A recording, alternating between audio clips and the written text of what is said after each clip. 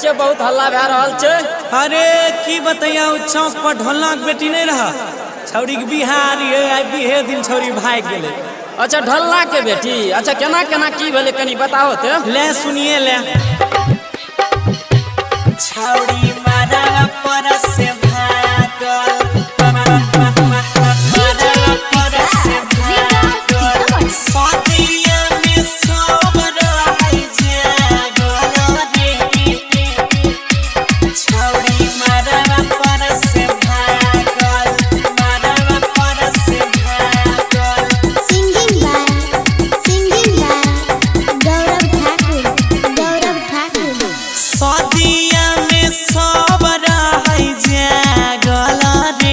छौरी मारवा पर से भागल सदिया में सब रहै जागल रे। छौरी मारवा पर से भागल सगरे भे गेलै अनहार कहै दुल्हा लागै कार।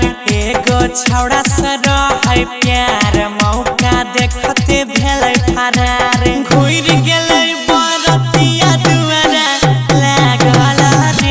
छौरी मारवा पर से भागल सदिया में सब रहै जागल रे। छौरी मारवा पर से भागल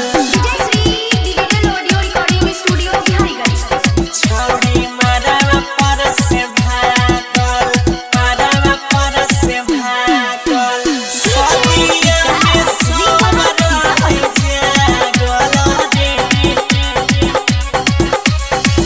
लाखों लाख देने रहे दुल्हा के दहेज हो तैयो नहीं करल कई बेटी कहियो परहेज हो। तैयो नहीं करल कई बेटी कहियो परहेज हो। लाखों लाख देने रहे दुल्हा के दहेज हो तैयो नहीं करल कई बेटी कहियो परहेज हो। बजलै नहीं पाँव के छागल रे। छौरी मारवा पर से भागल सदिया में सब रहै जागल रे। छौरी मारवा पर से भागल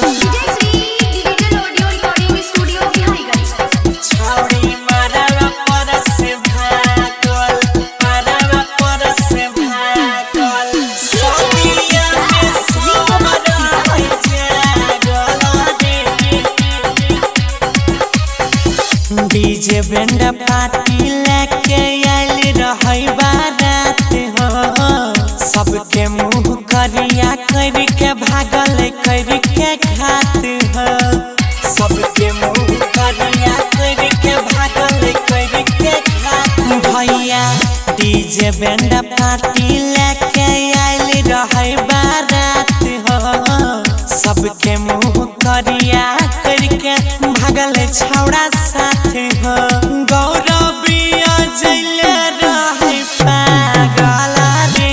छौरी मारवा पर से भागल सोनू प्रजापति ले रहै पागल रे। छौरी मारवा पर से भागल सगरे भे गेलै अनहार कहै दुल्हा लागै कार। एगो छौड़ा से रहै प्यार मौका देखते भेलै फरार। घुर गेलै बरतिया दुआरा लागल रे।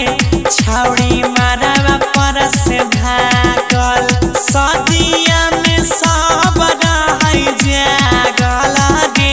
छौरी मारवा पर से भागल। बाप रे ई त अन्याय भे गेलो।